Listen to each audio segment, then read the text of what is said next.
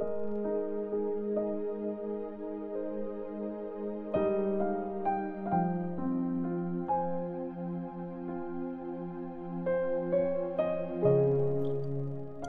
chapter 18. Ang pag-aresto kay Jesus. Pagkasabi ni Jesus ng prayer na to, umalis siya kasama ang mga disciples niya. Tumawid sila sa ilog ng Kidron at pumasok sila sa garden na malapit sa lugar na yon. Alam ng traitor na si Judas kung saan yon, kasi doon madalas mag-meet si Jesus at ang mga disciples niya. Sinama ni Judas sa garden ang isang grupo ng mga Roman soldiers at ilang temple guards na pinadala ng mga chief priests at mga Pharisees. May dala silang mga armas, mga ilaw at mga torch. Alam ni Jesus ang lahat ng mangyayari sa kanya, kaya lumapit siya at tinanong sila, "Sino ang hinahanap niyo?" "Si Jesus na taga Nazareth," sagot nila. "Ako yun," sagot ni Jesus. Kasama nila ang traitor na si Judas. Nang sinabi ni Jesus, "Ako yun," napatras sila at natumba. Tinanong ulit sila ni Jesus, "Sino ang hinahanap nyo?" "Si Jesus na taga Nazareth," sagot nila. "Sinabi ko na sa inyo na ako yun," sabi ni Jesus. "Kung ako ang hinahanap nyo, pakawalan nyo ang mga kasama ko." Sinabi niya to para magkatotoo ang sinabi niyang, "Tatay, wala pong nawala sa mga binigay nyo sa akin." Nilabas ni Simon Peter ang dala niyang patalim at tinaga si Malchus, yung tauhan ng high priest, kaya naputol ang kanang tenga nito. Sinabi ni Jesus kay Peter, "Ibalik mo sa lalagyan ang patalim.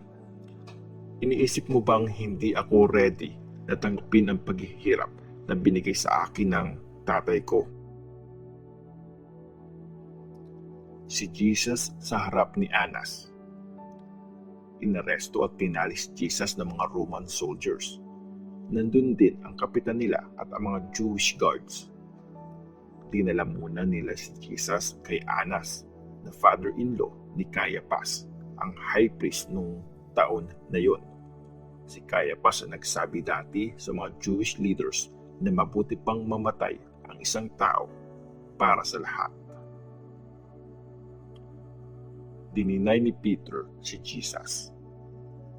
Sumunod kay Jesus si Simon Peter at ang isa pang disciple. Kilala ng high priest ang disciple na yon, kaya nakapasok siya kasama ni Jesus sa bakuran ng bahay ng high priest. Naiwan si Peter sa labas ng gate, pero lumabas ulit ang disciple na yon at kinausap ang babae sa gate. Dinala ng babaeng servant si Peter sa loob at tinanong, "Di ba disciple ka din ng taong yon?" "Hindi," sagot ni Peter. Malamig nung time na yon, kaya nagsiga ang mga tauhan at ang mga guards gamit ang uling. Tumayo sila sa palibot nun para magpainit. Kasama ding nagpapainit doon si Peter. Tinanong ng high priest si Jesus.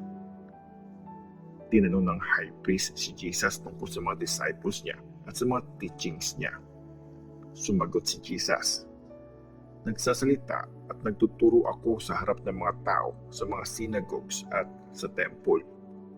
Wala akong tinatago. Bakit niyo ako tinatanong? Bakit di niyo tanungin yung mga nakarinig sa akin? Alam nila ang mga sinabi ko." Pagkasabi niya nito, sinampal si Jesus ng isa sa mga guards. "Ganyan ka ba makipag-usap sa high priest?" tanong ng officer. Sinagot siya ni Jesus, "Kung may sinabi akong mali, sabihin mo kung ano yon. Pero kung tama naman ang sinabi ko, bakit mo ako sinampal?" Nakatali pa din si Jesus at pinadala siya ni Anas sa high priest na si Caiaphas. Dininay ulit ni Peter si Jesus. Nakatayo pa din si Peter doon sa tabi ng apoy at nagpapainit. Tanong ng mga tao sa kanya, "Di ba isa ka sa mga disciples niya?" Pero dininay ito ni Peter. "Hindi," sagot niya. Nandun ang isa sa mga alipin ng high priest na kamag-anak nung taong tinaga ni Peter sa tenga. "Di ba nakita kita dun sa garden na kasama siya?" Tanong niya. Sinabi ulit ni Peter, "Hindi ako yun." At tumilaok agad ang manok. Si Jesus sa harap ni Pilate. Kinaumagahan, dinala si Jesus sa palasyo ng governor galing sa bahay ni Caiaphas. Hindi pumasok ang mga Jewish leaders sa loob ng palasyo para hindi sila ituring na marumi at para makakain sila ng Passover meal. Kaya lumabas si Pilate at nagtanong, "Anong kasalanan ng taong ito?" Sumagot sila, "Di namin siya dadalhin dito kung di siya kriminal." Sinagot sila ni Pilate, "Sige, kunin niyo siya at hatulan ayon sa batas niyo."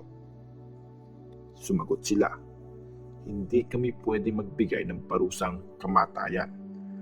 Nangyari ito para magkatotoo ang sinabi ni Jesus tungkol sa paraan ng pagkamatay niya. Pumasok ulit si Pilate sa palasyo at tinawag si Jesus. "Ikaw ba ang hari ng mga Jews?" Tanong niya. Sumagot si Jesus, "Galing ba sa iyo ang tanong na yan o may iba nang nagsabi sa iyo tungkol sa akin?" Sagot ni Pilate, "Anong tingin mo sa akin? Isang Jew? Dinala ka sa akin ng mga kababayan mo at ng mga chief priests niyo. Ano bang ginawa mo?" Sinabi ni Jesus, "Hindi sa mundong ito ang kaharian ko. Kung sa mundong ito nga ang kaharian ko, ipaglalaban ako ng mga disciples ko at hindi ako ibibigay sa mga Jewish leaders. Pero wala sa mundong ito ang kaharian ko." "Hari ka nga ba?" Tanong ni Pilate sa kanya. "Ikaw ang nagsasabing hari ako." Sagot ni Jesus, "Pinanganak at dumating ako sa mundong ito para sabihin kung ano ang totoo. Ang nasa katotohanan ay nakikinig sa akin." "Ano ba ang totoo?" Tanong ni Pilate. Hinatulan si Jesus ng kamatayan. Lumabas ulit si Pilate sa mga tao at sinabi sa kanila, "Wala akong makitang dahilan para hatulang mamatay ang taong ito. Pero ayon sa nakasanayan, dapat akong magpalaya ng isang bilanggo pag Passover. Gusto niyo bang palayain ko ang hari ng mga Jews?" Pero sumigaw sila, "Hindi siya. Gusto namin si Barabas. Si Barabas ay isang bandido."